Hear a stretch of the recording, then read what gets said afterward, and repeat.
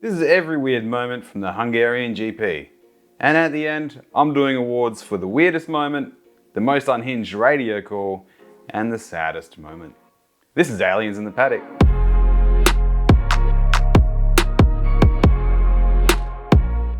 After a qualifying result that can make a grown Toto Wolff smile, Hamilton was absolutely peaking with joy, starting at the front of the grid. But ask him how he felt 10 seconds after lights out, where he drops down to P4 and ultimately finishes the race there.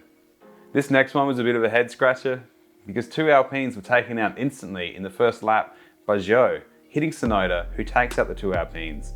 Very sad that both didn't even get to finish a lap, especially after last GP. Zhou ultimately takes a penalty for it, and we find out after that Ocon's chair was split in half. He ends up being okay, but if I can find a photo of that chair, I'll put it up here, and if not, here's an artist rendition of it.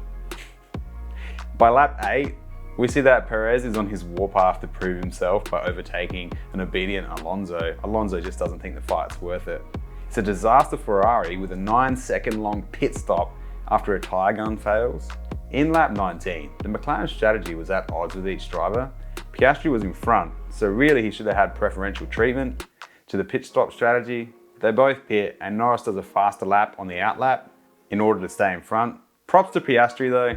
He was a silent observer and didn't really complain. I'm sure inside he was screaming though. In lap 23, the positions were 2 by 2 by 2 by 2 by 2, which is weird considering we had 8 different constructors in the top 10 in the starting grid.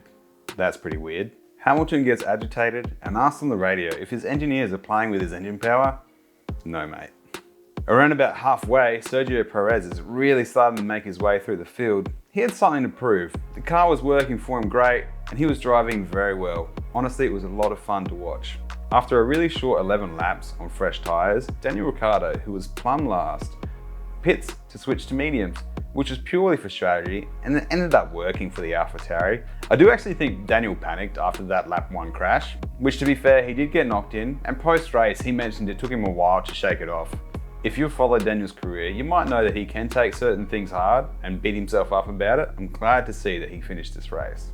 The Mercedes actually shows it has pace, with Russell putting all of his anger into his driving after a qualifying mistake so bad it makes you want to bang your fist on the table. Another Grand Prix and another Ferrari driver making comments on the radio about strategy. I don't know if it's just the broadcasters at this point selecting these radio snippets specifically, or if it's the Ferrari drivers' faith in their team's strategy being so low, but here's the radio call anyway. How yourself in terms of strategy like this, it doesn't make sense. Copy understood. We are discussing it and we'll do it at the end. What do you mean at the end? I mean stopping. Hamilton defends against Perez so well, but Perez ultimately gets an eye-wateringly fast pit stop at 1.9 seconds. There's some really crazy fast pit stops this GP, with Noris getting a 2-second pit stop as well.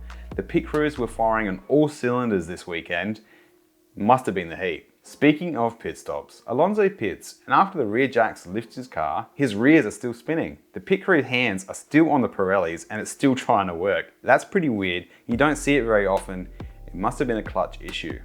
In lap 48, Leclerc gets a 5-second penalty for speeding in the pit lane. You can see his brakes dust up as he tries to slow down, but it wasn't enough, and that 5 seconds ends up helping George Russell quite well in the end. Logan Sargent spins out and we get yellow flags for a second while he makes it back onto the track. Congrats to Red Bull on this one. A history-making result for this team that is absolutely dominating. This is Lando Norris's first consecutive appearances on the podium. Ricciardo ends up ahead of Tsunoda and just out of points, as I predicted. All right, let's do some awards. The weirdest moment has to go to this.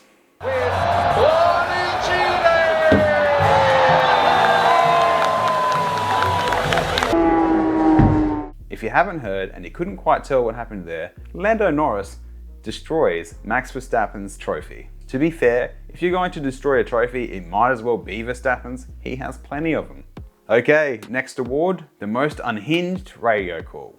This is a close one, with Ferrari and McLaren offering up some emotional radio calls this GP, but I have to give it to this one. And I think Lewis got to Perez 6.6. Yeah, I'm pushing, mate. Well done, Noris. Here's your trophy. Don't break it. Okay, last award, and I'm calling this one the saddest trophy. Got to give this one to Alpine.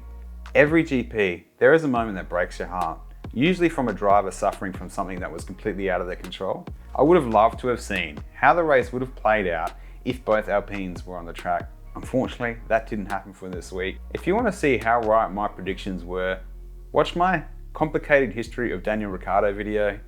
I was real close. Thanks for watching. This is Aliens in the Paddock.